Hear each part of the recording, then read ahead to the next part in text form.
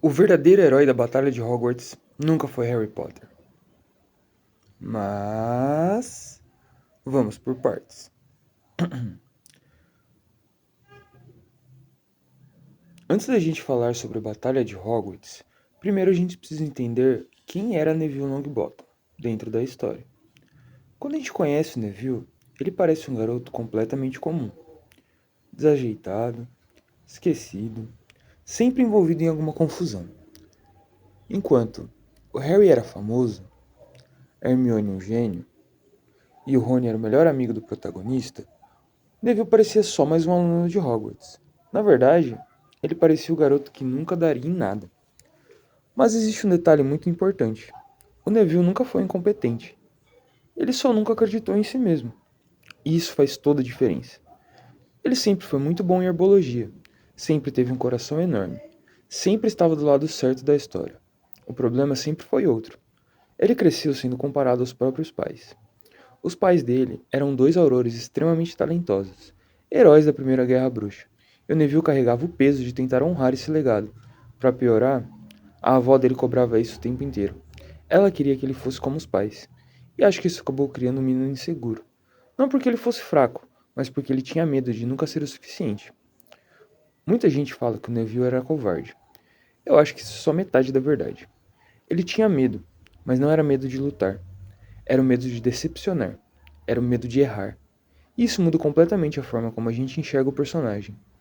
Agora, na minha opinião, a grande virada do Neville acontece em Ordem da Fênix, quando ele descobre que Bellatrix está livre, a mulher que torturou seus pais até a loucura. Ali alguma coisa muda. Pela primeira vez, ele percebe que não pode mais viver escondido. Ele começa a treinar, começa a confiar mais nele mesmo. E aos poucos, deixa de apenas ser um aluno, para se tornar um verdadeiro membro da resistência. Mas mesmo assim, ele ainda não era o protagonista. E acho que isso torna a história dele ainda melhor, porque o Neville nunca lutou achando que era especial. Ele lutava porque era a coisa certa a fazer. Agora vem uma das maiores discussões de Harry Potter. Neville poderia ter sido escolhido? Na minha opinião, sim, se dependesse apenas dele. Com certeza. O que decidiu a profecia não foi o Harry, foi Voldemort. Ele escolheu marcar Harry, provavelmente porque viu nele alguém parecido consigo mesmo, um menino mestiço. Foi uma escolha. Do próprio Voldemort. E esse acabou sendo um dos maiores erros da vida dele. Outra coisa que muita gente fala é que destruir a Nagini foi o maior ato de heroísmo da saga. Eu discordo. Eu não acho que foi o maior ato de heroísmo, mas acho que foi o momento mais marcante. Quando Neville tira a espada de Gryffindor do chapéu seletor e corta a cabeça da Nagini, parece que a saga inteira prendeu a respiração e finalmente soltou. Naquele momento, Voldemort deixa de ser imortal. Naquele momento, Neville prova que sempre foi o verdadeiro Grifinório. Mas para mim, o momento mais importante dele acontece um pouco antes.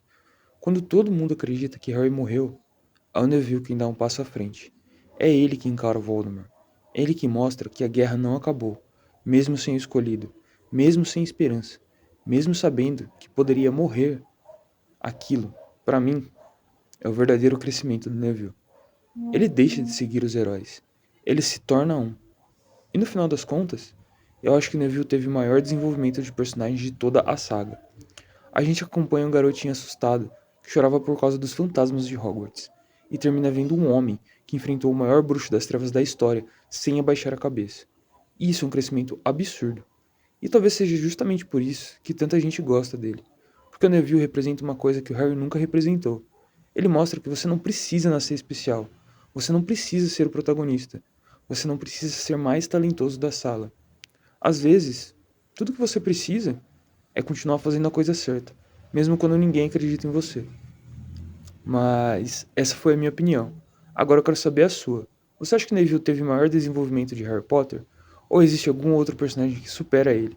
Conta aqui nos comentários. E é isso, fomos por partes.